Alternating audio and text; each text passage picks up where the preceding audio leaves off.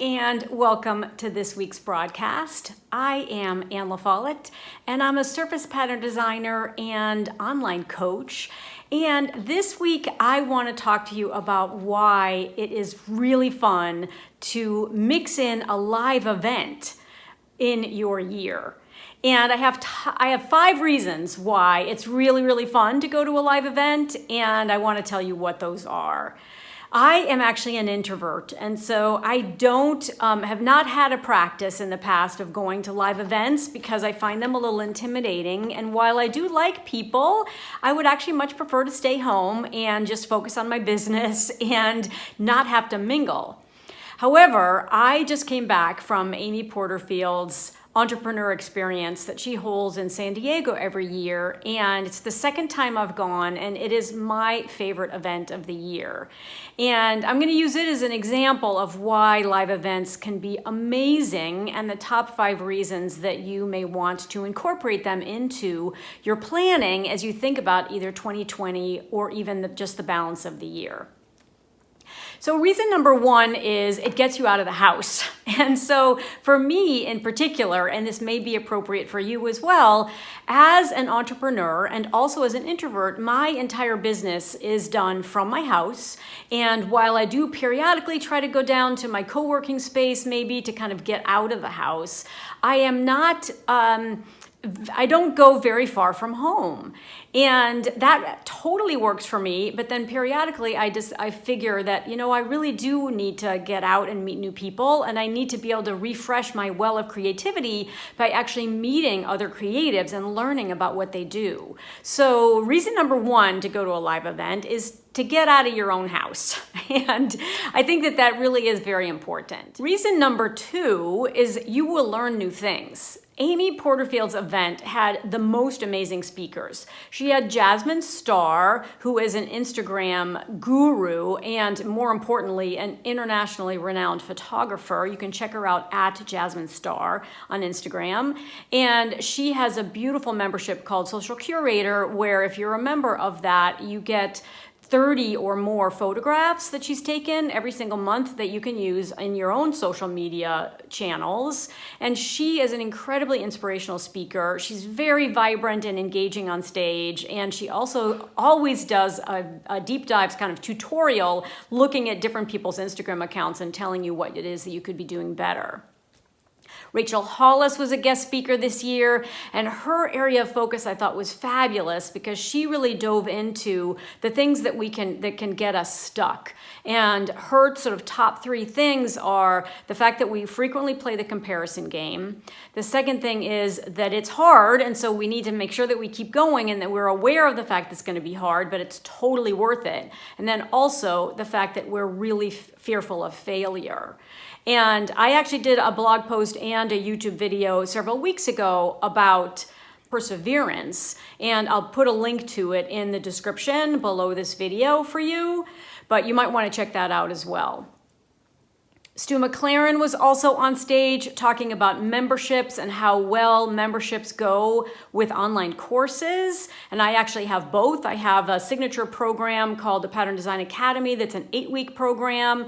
It's an online course, and then once you've completed that, you get invited to join my accountability group, which is a weekly membership that's called the Pattern Design Club. And so he talked about how you can have both a course and a membership, and how a membership can also work at the front end of your business as opposed to at the back end like mine.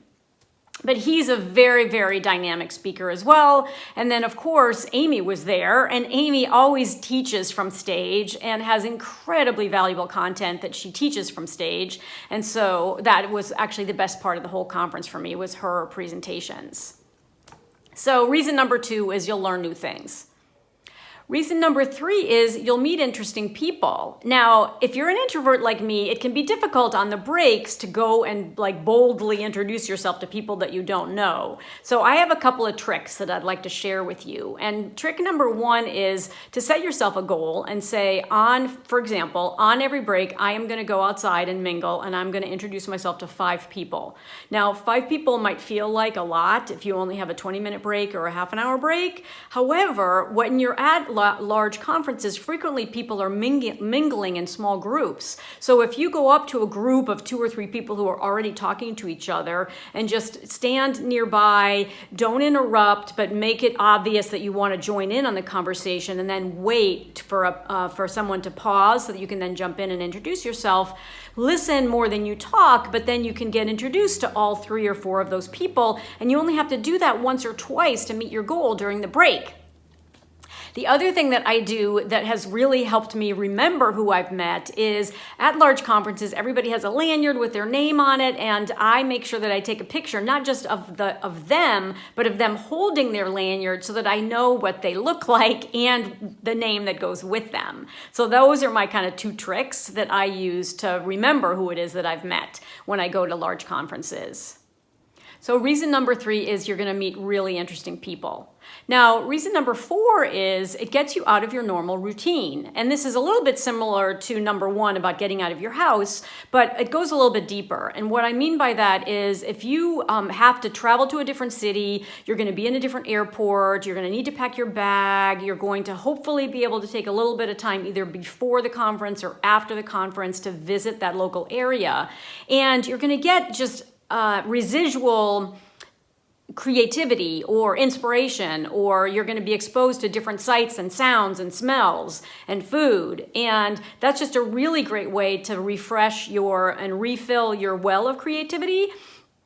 So taking a break from your normal routine and also figuring ways like this to help you get unstuck can be super helpful.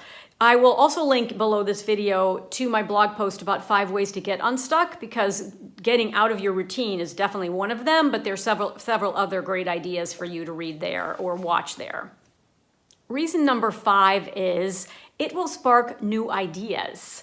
I take tons and tons of notes when I go to a conference, and then one of the things that I do is I make sure that I read through all of my notes and I kind of highlight the biggest takeaways that I have, and I also make sure that I have enough time either when I'm on the plane on the way home, or more often it's actually maybe a day or 2 after the conference has ended, to reflect on kind of what was most meaningful for me, what were my biggest takeaways, and how do I want to play those forward in my business. At a conference like Amy's, you cover a really large variety and wide variety of topics. So we talked about things as tactical as list building, because the health of your business online is directly related to the health and size of your email list. But we also dove into more strategic topics like playing a bigger game, and what does playing a bigger game look like for you specifically. So those are the 5 reasons that you might consider attending a live event either in the balance of this year or next year. So let me know in the comments which of those resonates the most with you, and I cannot wait to see you again next week. If you enjoyed this broadcast, please don't forget to hit the subscribe button and also the little bell so that you get reminded every time I have a new broadcast. As I always like to say in closing, I am Ann LaFollette, and it's never too late to create. Bye for now.